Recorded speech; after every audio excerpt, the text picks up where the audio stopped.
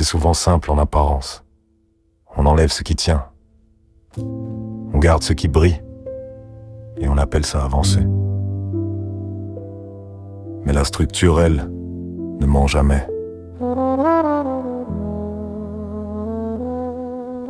Il y a des gens qui font du tri dans leur vie comme on démonte un décor sans lire le plan. Ils retirent ce qui stabilise, ce qui soutient, ce qui évite que tout parte en vrille au mauvais moment. Les piliers, eux, ne sont pas spectaculaires. Ils sont juste constants, présents, difficiles à voir quand tout va bien. Et souvent, c'est là que ça commence à dérailler.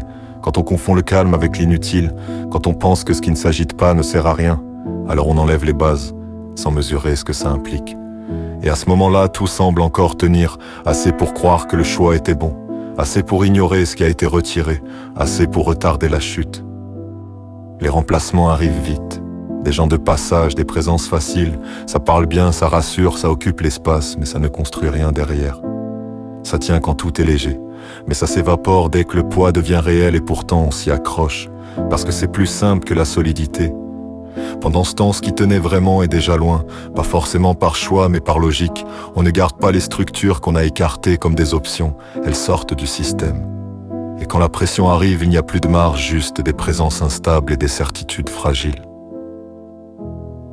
La détresse n'arrive jamais seule. Elle arrive après les décisions, après les tris, après les remplacements. Mais sur le moment, tout semblait cohérent, tout semblait maîtrisé, tout semblait sous contrôle. C'est après que le réel corrige sans demander d'autorisation. Et le réel, lui, ne discute pas. Il montre simplement ce qui manque. Ce qui est remplacé par du temporaire finit toujours par le redevenir.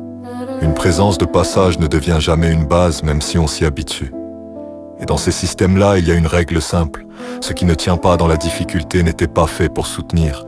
Alors les fissures apparaissent, d'abord discrètes, presque invisibles, puis impossibles à ignorer.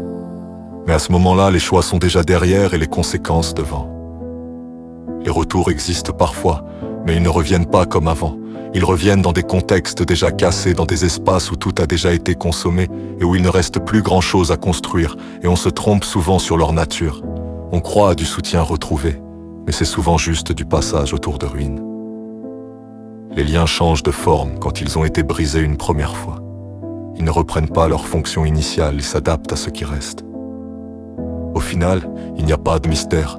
Il y a des choix faits trop tôt et des constats faits trop tard. Les piliers ne crient pas quand on les enlève. Ils disparaissent simplement du système et ce qui reste continue un moment à fonctionner. Jusqu'au moment où ça ne fonctionne plus. Et là, il n'y a plus d'histoire à raconter. Juste une structure qui rappelle ce qu'on a retiré.